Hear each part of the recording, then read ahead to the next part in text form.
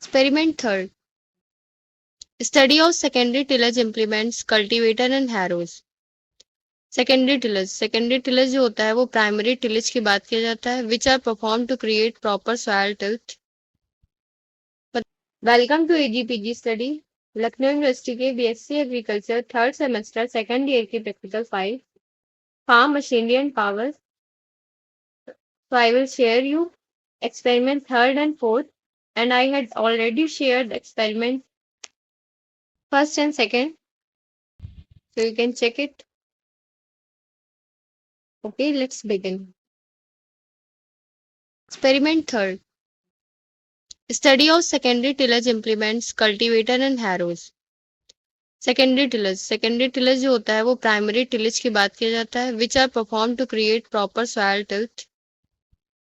मतलब सीडिंग करने के लिए सॉइल को एक प्रॉपर तरीके से ट्रीट किया जाता है and planting are plus seeding और प्लांटिंग के लिए सॉइल को एक प्रॉपर टिल्थ किया जाता है जिसमें कि reducing plot size weed control incorporation of fertilisers एक प्रॉपर सॉइल टिल्थ क्रिएट करते हैं for seeding and planting are secondary tillage operation. Point first to pulverise soil means fine powder रहता है जिसमें कि there is no clod in the soil. Second is to destroy grasses and weeds. Third, to cut crop residues and mix with soil. Fourth, to break big clods. बड़े बड़े जो Claude होते हैं उनको ब्रेक करते हैं। And then cultivator. Cultivator is an important instrument for seed bed preparation. The cultivator stirs the soils and breaks the clods. First point is interculture the fields. Second point is field में जो भी weeds है उनको destroy करना। Third, soil को aerate करना for proper growth of crops. Fourth, conserve moisture for preparing mulch on the surface. After that, harrowing. It is the secondary tillage operation which pulverizes, smoothen and packs the soil. ये soil को pulverise करती है, smooth करती है और and PACS the soil. And harrowing is a mechanical cultivation method which applied to both crops and wheat plants and working in both the intra-row and inter-row. इंट्रा-रो में जो बाहर की रोज होती हैं फील्ड की, क्रॉप्स के बीच में जो रोज होती हैं उसमें, इन दोनों पर्पस में इस मैकेनिकल कल्टीवेशन। हैरोवर हैरोवर एक सेकेंडरी टिलेज इम्प्लीमेंट है that cuts the soil to a shallow depth for smoothening. तो सॉइल को स्मूथनिंग और पल्वराइजिंग प्रोवाइड करता है as well as to cut the weeds and to minimum the material with the soil. Form it is used for making bunds. bunds को बनाने में इसका use किया जाता है by collecting the soil. Bunds form consist of forming bowl, beam and handle. रिजर एक important implement होता है जो कि मेड़ बनाने में यूज किया जाता है। सीड को सो करने के लिए मेड़ बनाने की जरूरत होती है and plant is well tilted soil and ridger consists of beam, frock, handle, mold, bolts, shear and sliding shore. And it also opening furrows for water flow. और जो भी फरोज बनाई जाती हैं वो वाटर फ्लो के लिए बनाई मीन्स जो भी नालियाँ बनाई जाती है वाटर फ्लो के लिए बनाई जाती हैं। एंड पडलर पडलर का यूज ज्यादातर राइस फील्ड में होता है। ये के इम्प्लीमेंट है for churning the soil with water. It is used to prepare paddy fields with standing water after initial plowing with country plowing. And only with the puddling unit sits fully mounted on two bearings filled on the frame made of metal or rod. And the main purpose of puddling is to reduce leaching of water or decrease percolation of water. And this is the picture of puddler. Land leveling is expected to bring permanent improvement in the value of land. And some points of leveler: efficient application of irrigation water. Second, improve surface drainage. Third, minimum soil erosion. Fourth, increase conservation of rainwater. Rain को conserve करता है. Rain water conservation को increase करता है, specially on dry land. Provision of N adequate field size and even topography for efficient mechanism.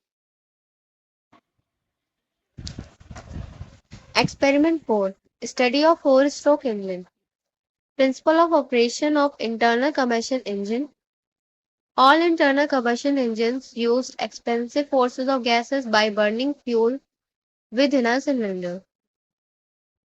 And four-stroke engine is also known as power stroke engine. Is an internal combustion engine that utilizes four distinct piston strokes. First is intake, second compression, third power, and last exhaust to complete one operating cycle. पूरा complete operation करने में एक crank shaft को 2 revolution की need होती है in a 4-stroke engine. Then working of 4-stroke cycle engine. The 4-stroke cycle engine, all events take inside the cylinder are completed in 4 strokes of piston. 4 strokes are as follows. First, suction or intake stroke. Second, compression stroke. Third, power stroke. Fourth, exhaust stroke. First, suction stroke. First is suction stroke. Suction stroke is also known as intake stroke और ये stroke 180 degree complete करता है. 180 degree का stroke रहता है. तो total इसमें 4 stroke. First is suction stroke. Suction stroke में पहले हम लोग वॉल पोजीशन को डिस्कस कर लेते हैं. सो वॉल पोजीशन में जो इनलेट वॉल होता है ये ओपन पोजीशन में होता है. In this picture inlet and exhaust. Inlet जो होता है ओपन पोजीशन में रहता है, एग्जॉस्ट क्लोज पोजीशन में रहता है. तो स्टार्टिंग में देखेंगे जब इंजन बंद होता है तो हम इसको किसी भी इलेक्ट्रिक मोटर या फ्लाईव्हील की सहायता से इसको स्टार्ट करते हैं.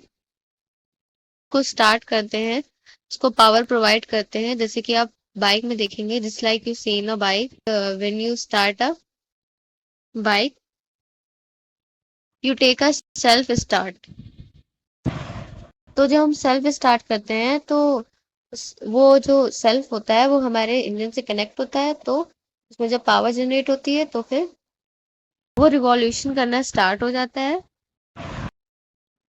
रिवॉल्यूशन करना मीन्स रोटेट करना स्टार्ट कर देता है, जिससे हमारी बाइक स्टार्ट हो जाती है. And you see this piston.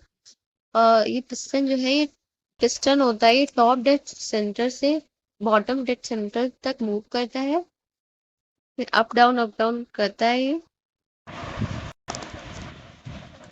और जब ये पिस्टन टॉप डाउन टाइप से मूवमेंट करता है तो इसमें एक ऊपर वैक्यूम क्रिएट होती है. ये एक नेगेटिव प्रेशर जनरेट करती है. जो वैक्यूम होती है एक नेगेटिव प्रेशर जनरेट करती है कंबशन चैम्बर में.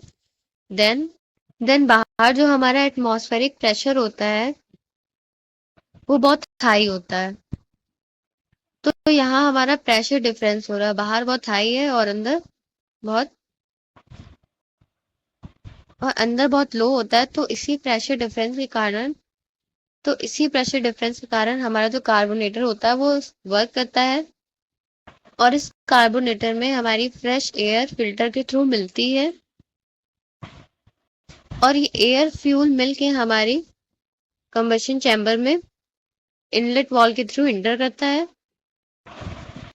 और जो एयर फ्यूल है ये हमारे चैम्बर को तब तक until the piston move from top to bottom. और जब ये जो एयर फ्यूल है जब तक यहाँ तक ये फिलअप हो जाती है तभी जो इनलेट वॉल होता है क्लोज हो जाता है। और ये एयर फ्यूल तब तक भरती रहती है जब तक बॉटम डेड सेंटर तक पिस्टन मूव नहीं हो जाता है।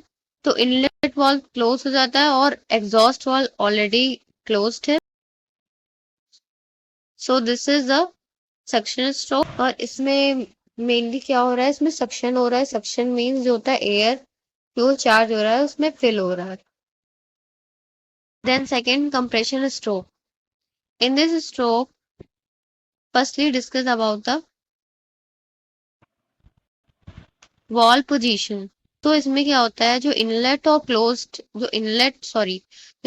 और एग्जॉस्ट वॉल्व होती हैं वो दोनों क्लोज पोजीशन में होती हैं। और इसमें हमारा जो पिस्टन होता है वो टॉप डेड सेंटर पे होता है। और ये होता है, सो ये बॉटम डेड सेंटर से टॉप डेड सेंटर की तरफ ये मूव करता है। इसमें हमारा पूरा जो चार्ज है वो फिल है।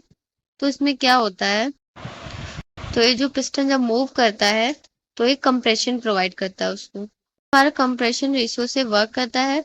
तो जितना हमारा कंप्रेशन रेशियो होगा उतना उतना ही हमारा इंजन अच्छे से वर्क करेगा।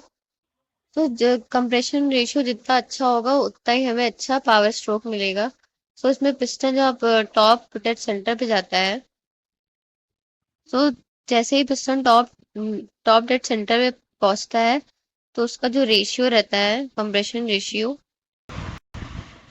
सो वहां पे जब टॉप डेड सेंटर सो वहां पे जब ये टॉप डेड सेंटर पे जाता है, जो टेम्परेचर रहता है वो 250 डिग्री सेंटीग्रेड से 550 तक रहता है। और जो प्रेशर रहता है वो 6 से 12 किलोग्राम फोर्स पर सेंटीमीटर स्क्वायर हो जाता है।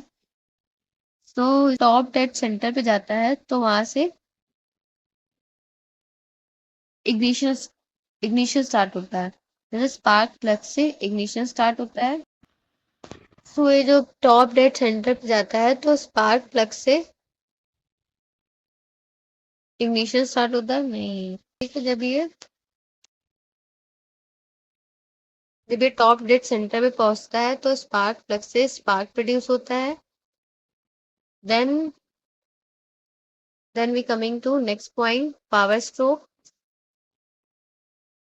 Then we come to a next point, power stroke. Power stroke में भी जो हमारे दोनों वॉल्व रहते हैं, intake wall and exhaust valve, दोनों के दोनों दोनों ही क्लोज्ड रहते हैं। तो जो पिस्टन होता है वो टॉप डेड सेंटर से बॉटम डेड सेंटर की तरफ मूव कर। यहाँ स्पार्क प्लग से स्पार्क प्रोड्यूस होता है तो यहाँ पे जो चार्ज होता है बहुत ज्यादा हाईली कंप्रेस्ड रहता है, जिसका टेम्परेचर 250 से 550 रहता है और प्रेशर 6 to 12 रहता है। तो जैसे ही यहाँ पे स्पार्क प्रोड्यूस होता है तो यहाँ पे एक ब्लास्ट होता है। तो एयर फ्यूल के मिक्सचर के अंदर जब ब्लास्ट होता है तो एयर फ्यूल के अंदर जब ब्लास्ट होता है तो ये पिस्टन को बहुत ही हाई वेलोसिटी के साथ इसको डाउनवर्ड मूवमेंट में इसको पुश करता है। तो इसका जो टेम्परेचर होता है वो तो इसका जो टेम्परेचर रहता है 1800 टू 2500 हो जाता है। और इसका जो प्रेशर होता है 3 to 40 हो जाता है।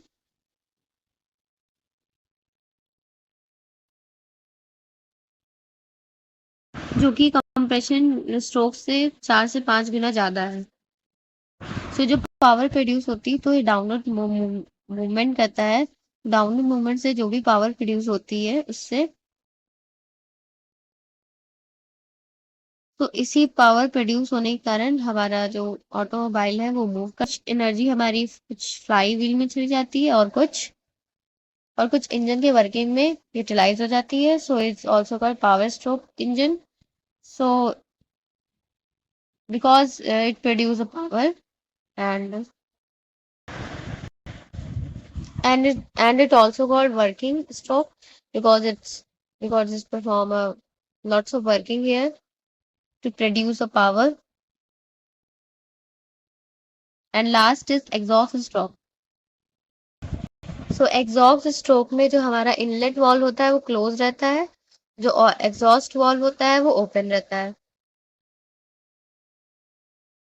तो हमारा जो पिस्टन नीचे से ऊपर की तरफ जब मूव करता है, तो अपवर्ड डायरेक्शन में मूव करता है,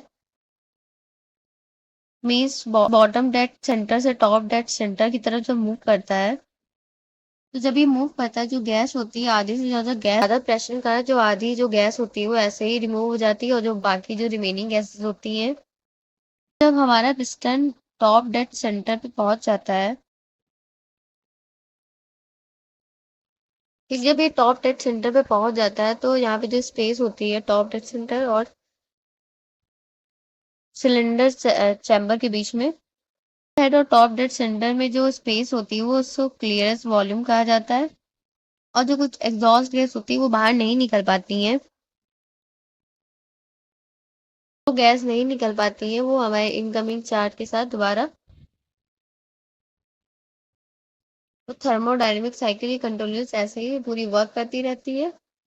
thank you for watching my video. I hope आपको मेरा वीडियो अच्छा लगा होगा। अगर अच्छा लगा है तो please like share and subscribe to my channel.